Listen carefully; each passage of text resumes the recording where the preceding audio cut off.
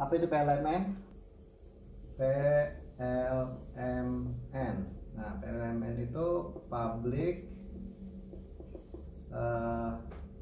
Land Mobile Network. Public Land Mobile Network.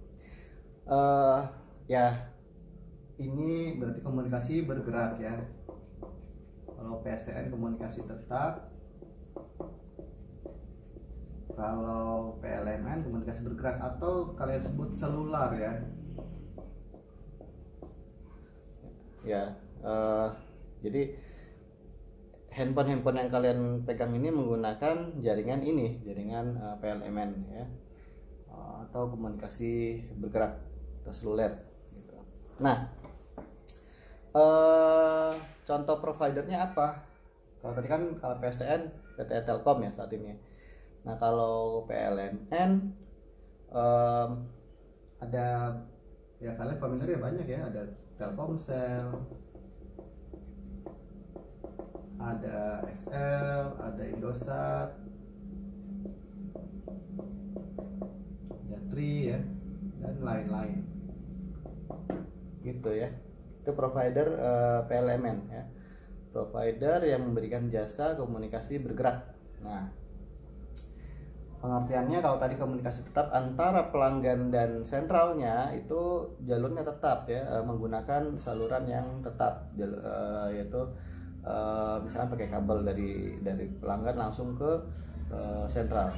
Nah, kalau komunikasi bergerak bagaimana?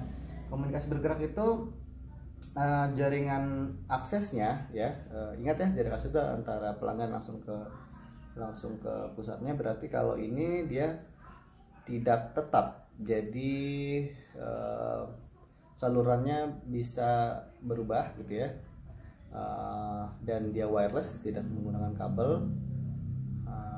Jadi selama berada dalam coverage tertentu dia bisa menggunakan komunikasinya ya. Kalau misalkan di luar jangkauan coveragenya ya, berarti misalkan nggak ada sinyal ya, berarti nggak bisa gitu. Jadi ini pelanggan gitu ya, atau kalian bawa handphone lah ya. Nah, menggunakan radio frekuensi ya, bukan, atau wireless, tidak menggunakan kabel, sampai ke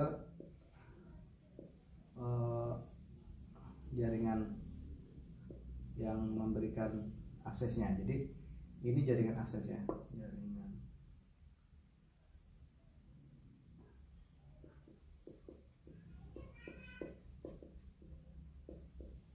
aksesnya. Ini anggap aja ini adalah ya sentralnya juga lah. Ya, jadi ini komunikasi bergerak tuh seperti ini. Nah, walaupun sama halnya di dalam yang di sini itu jadi banyak poin-poinnya ya. Kalau tadi kan di komunikasi tetap atau di jaringan PSTN kan kalian ada KTB ya, ada DP, ada RK, ada MDF ya. Nah, demikian juga di PLMN ya. Kalau jaringan PLMN komunikasi bergerak secara generasi dari 1G ya, 1G, ada 2G, 2G, ada 3G, ada 4G, 5G. Nah, jadi ini adalah teknologi selular ya, PLMN ini. Nah, kalau saya tidak mengalami generasi yang pertama yaitu 1G ya. Ini adalah generasi analog ya, masih analog.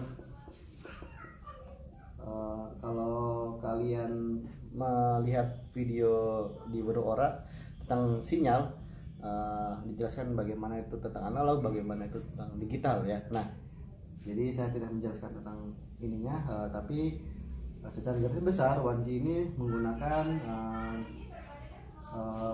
analog, yaitu AMPS. Jadi komunikasinya atau teknologinya masih analog. Nah, baru dari 2G sampai ke sana ini udah digital ya. Maksudnya apa? Udah digital ya, artinya informasinya itu udah di udah menggunakan modulasi digital gitu ya. Jadi udah menggunakan modulasi digital. Kalau 1G masih menggunakan modulasi analog. Nah, kalau karena sekarang itu juga sampai sekarang masih ada 2G ya, jadi saya akan menjelaskan bedanya 2G, 3G, 4G. Nah, kalau 5G kan udah dijelaskan di video saya di Berora kan, nanti kalian cari aja yang tentang 5G. Nah, itu khusus menjelaskan tentang 5G. Nah, dalam hal ini saya menjelaskan nanti jaringan 2G gimana, 3G gimana, 4G gimana. Tadi 1G analog, dari 2G sampai ke sana digital, itu karakteristik yang pertama. Karakteristik yang kedua, 2G ini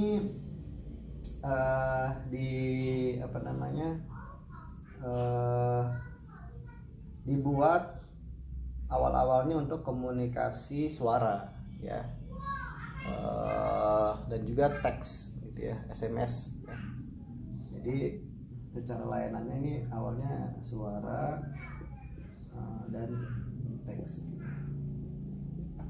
Komunikasi teleponnya 2G juga di komunikasi data atau untuk menggunakan akses internet, dia teknologinya itu ini ada akses internet ya atau data.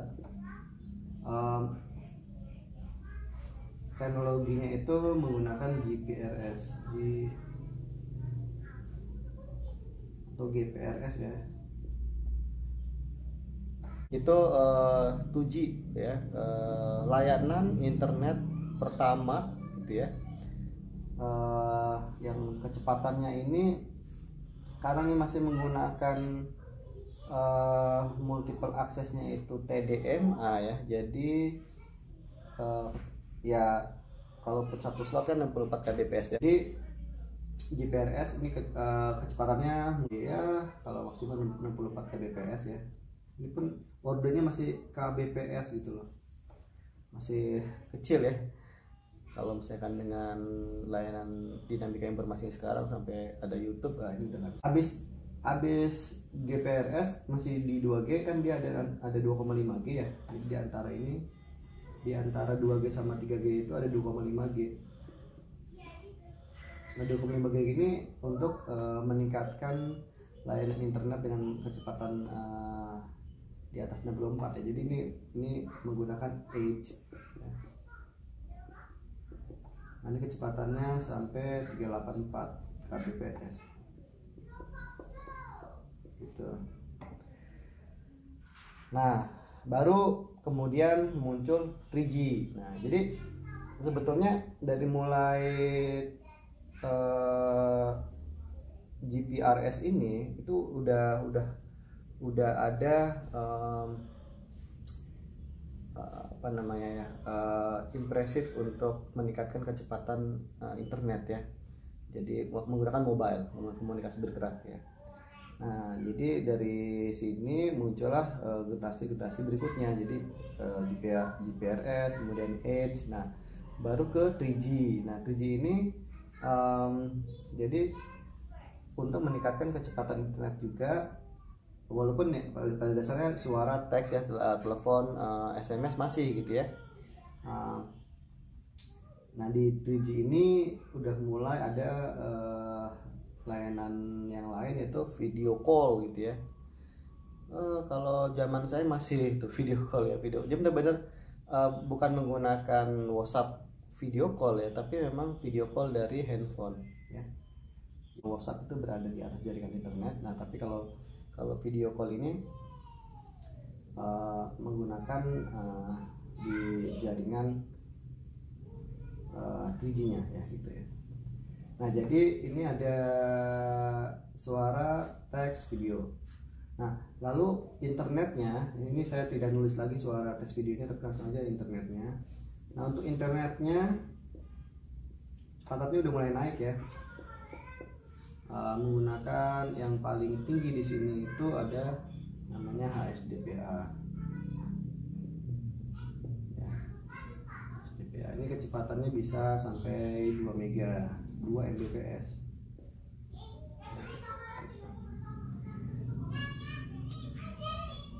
Ya, kalian udah saya jelaskan juga di di video tentang modulasi ya.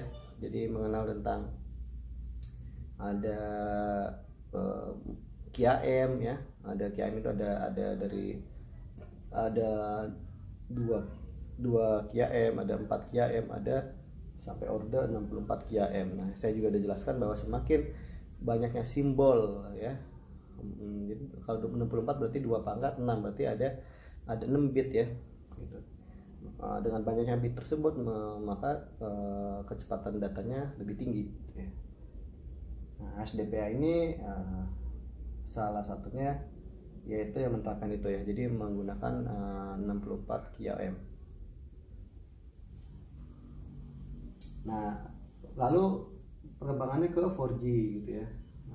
Nah, 4G ya sekali lagi karena memang dari GPRS Edge ke sana udah fokusnya meningkatkan kecepatan data atau kecepatan internet, maka di 4G ini fokusnya adalah di kecepatan internet gitu. Jadi kalau telepon suara ya atau untuk SMS itu udah nggak zamannya lagi ya, seiring dengan memang dinamika kontennya. Nah, ini juga berpengaruh ya dari penemu atau peneliti yang mengarahkan ke sini itu melihat dari kontennya berkembang, dengan kontennya tersebut sehingga bisa digunakan dengan baik, maka perlu infrastruktur yang memenuhinya gitu ya. Nah, sehingga 4G ini ditingkatkan kecepatannya, dia menggunakan sudah menggunakan UFDM ya, jadi orthogonal frequency division multiplex. Nah, untuk kecepatan datanya 4G ini bisa sampai untuk 4G ini kecepatannya udah di atas 2 Mbps ya. Secara teori ini bisa sampai 100 Mbps harusnya gitu ya. Tapi karena dalam aksesnya itu diakses dengan banyak orang gitu ya, maka dibagi-bagi share bandwidthnya ya. Paling tidak 4G ini secara per orangnya itu udah pasti melebihi 2 Mbps, ini udah pasti gitu ya. Nah, maksimalnya bisa sampai 100 Mbps. Nah, ke 5G sudah dijelaskan di video yang lain ya. Jadi ini kecepatannya lebih tinggi lagi ya, latensinya lebih kecil gitu ya. Ada istilah kalau di 5G itu yang baru bagaimana dia menimprove, meningkatkan delay. Latensi itu kaitannya sama delay. Jadi kalau kalian merasakan mungkin di main game gitu ya, atau di nonton video streaming live yang nggak mau ada lag-lagnya ya, yang nggak mau ada putus-putusnya, nah itu harus membutuhkan latensi yang kecil gitu ya. Nah, itu di 5G selain kecepatannya tinggi tapi latensinya rendah gitu ya. Itu karakteristik dari masing-masing teknologinya, 1G, 2G, 3G, 4G, dan 5G.